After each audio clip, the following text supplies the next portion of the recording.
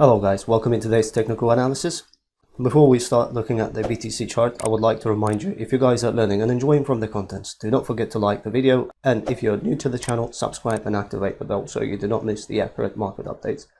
If we're going to take a look into a weekly time frame, as you know that we had around 37,000, 36,500, that was our first resistance in the last couple of weeks, except this candle, as you can see, the green one. All the candles, nearly 1 month, the full candles, we closed below $37,000, and which is not a good sign under a weekly time frame. However, that was, as I said, 37,000 is going to be a first resistance. The second resistance I'm looking at around 48,000 and ideally 49,500-ish area. This is what I'm watching.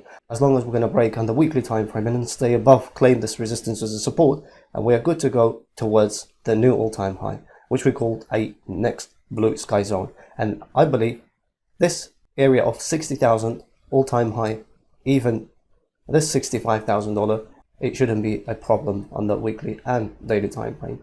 Otherwise, I'm looking at the very important level on the higher time frame, the Fibonacci levels. That's going to be 27,100 and all the way up to 24,500 level under a high time frame Fibonacci levels.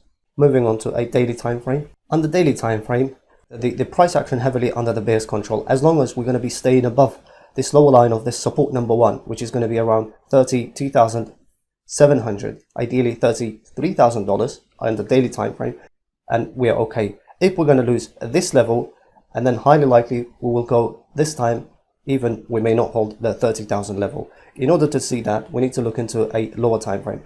As you know, these three resistance and then two support that we've been following in the last over a month. So as you can see, in the last over 24 hours, that was a yesterday's candle, we got closed upper line of this support number one, and today's candle as well. At the moment we are rejecting. We've got 8 hour plus, we've got rejection from the upper line of this support number one, which was acting as a resistance. Also on this channel, as you remember, we've been following this RSI, and we've got potential bullish divergence. And on the 19th of May, as you can see, we've got a low and we've got high over there in the 21st of June. So we've got a higher low on the RSI. However, on the price action, as you can see, we have got a lower lows. As long as on the daily time frame, once we're going to claim the resistance number one as a support, then we are good to go towards all the way up to 45,000. Ideally, we can even reach to $48,000, $49,000. And from there, we will analyze when the price action comes at around $48,000, $45,000. Moving on to 4 hour time frame. When we look into a low and mid time frames, in the last 5 days, it's been extremely hard to analyze the price action, because in the last 24 hours, the price action actually giving a mixed signals under a lower and mid time frames. In the last 48 hours, once we're in this support number one, 4 hour time frame is under the consolidation. And as you can see, yesterday we got, as I said, week to week rejection. And then this candle got dollar to dollar, cent to cent rejection from the upper line of this support number one. And today, in the last 8 hours, that you can see two candles were rejecting from the upper line of this support number one, which is acting as a resistance. As long as we're going to be below this support number one, 4 hour will be consolidating around here. If we can manage to break this level, claim it as a support, then 4 hour starts giving it a bullish signal. As you remember, I warned you guys around this fake out. Also, this was another fake out, as I said. But this time, as long as we're going to cover, again, I'm repeating, this as a support, then we are good to go towards the $38,000, $36,000. Moving on to 2 hour time frame. 2 hour also consolidating around here. Again, this 35,000 is very important, claiming 35,000, 35,500 as a support, then we are good to go towards the resistance number one. However, losing 33,500, ideally 33,300, if we're going to lose on the 2 hour time frame this level, then the price action will start moving towards the south. And then the first level, as you remember, that was going to be our support number two at around $30,000. And then below that, we've got high time frame Fibonacci, as I said, $27,100. 1 hour time frame. Again, on the lower time frame as well as the mid time frame, this level of 35,500, the upper line of this support, which is acting as a resistance, it's extremely important, and bears are not allowing us to go further up, except this type of fake outs. I mentioned that via my Twitter account. So as you can see, in the last 24 hours, bears are actually not allowing us to go further up. So this is under 1 hour, 2 hour, as well as the 4 hour time frame is heavy resistance for the bulls. Once we're going to claim on the lower time frame, mid time frame as a support, then we are good to go towards the upside. If we're going to lose on the 1 hour time frame, the level of $34,000, 33,500, then 1 hour time frame will start moving towards the south. So right at this moment, low time frames as well as the mid time frame are in the consolidation zone, and you have to be extremely careful unless you know how to play with this choppy market. You need to be careful, otherwise you will get stopped out or you will lose money.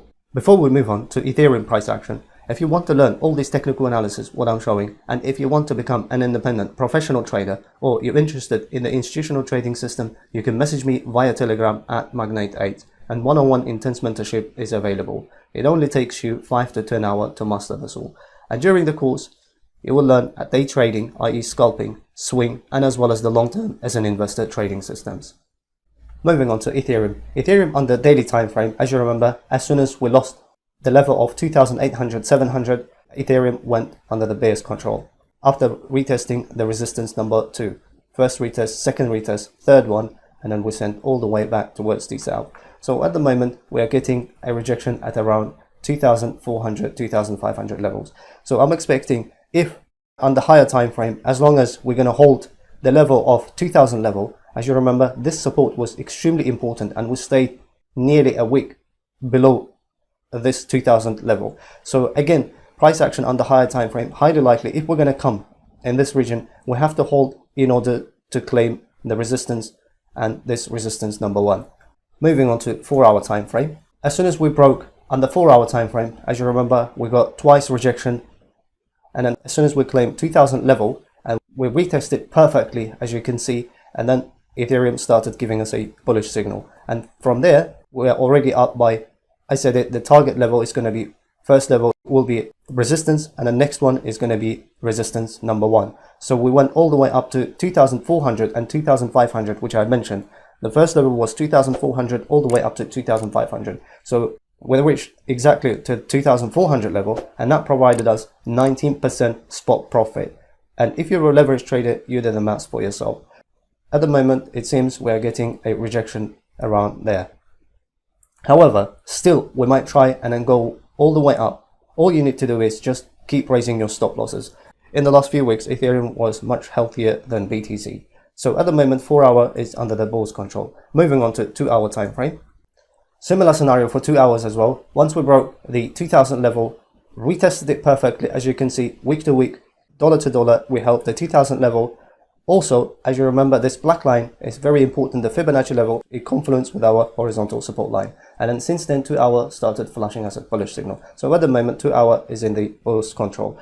As long as we're going to be staying above 2,250, ideally 2,180, 2 hour and 4 hour time frame will be under the bull's control. 2 hour, maybe in this region, we might enter into consolidation. 1 hour time frame, as long as we're going to be above this resistance level, then 1 hour time frame will be under the bulls and on the consolidation. If we're going to lose the lower line of this support, which is 2,170, 2,150, then highly likely the price action will come around 2,000 and 1,950 level.